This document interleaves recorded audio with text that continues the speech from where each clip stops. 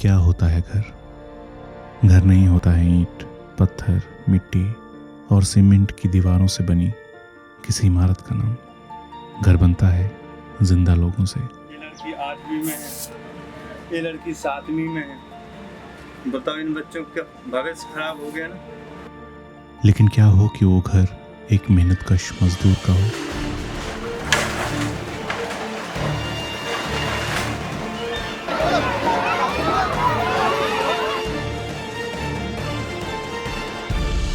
क्योंकि घर जब इन मेहनतकश लोगों का हो तो घर घर नहीं रह जाता। बड़े शहरों में, महानगरों में झुग्गी हो जाते हैं ये घर।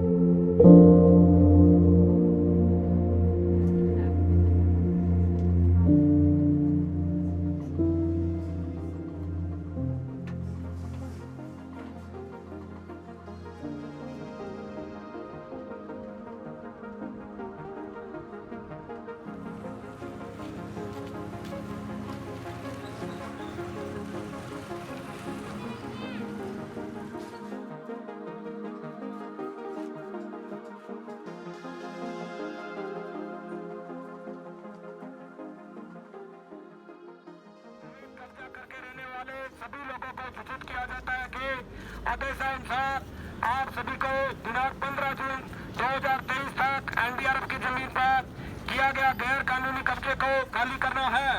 आप सभी को सूचित किया जाता है कि एनडीआरएफ की जमीन के सामने वाले रोड पर गाड़ियां खड़ी हुई है, जिनका इस्तेमाल करके आप लोग रैन बसेरा, जिनकी सूची आप लोगों को पहले दी जा चुकी है, या अपनी पसंद की जगह पर अवैध कब्जा खाली करके जा सकते हैं।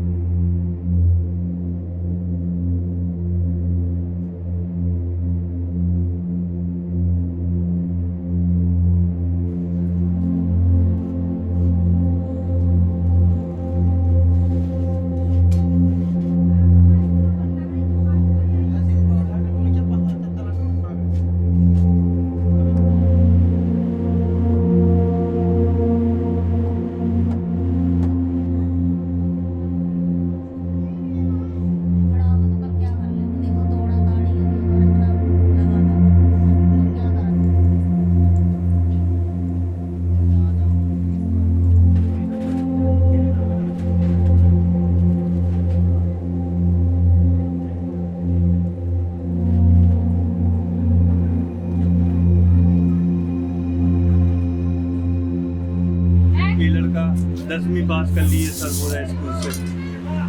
ये लड़की 8वीं में है, ये लड़की 7वीं में है। बताओ इन बच्चों का भविष्य खराब हो गया ना।